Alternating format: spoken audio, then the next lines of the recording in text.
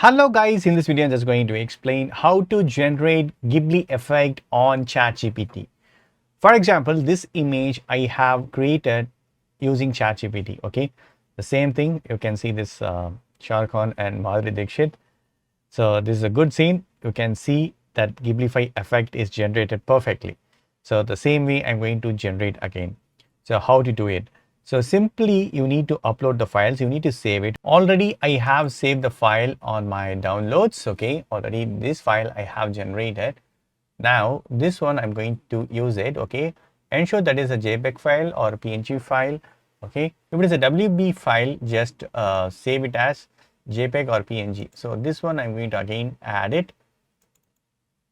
Okay, and simply you need to use this keyword Ghiblify this. Okay,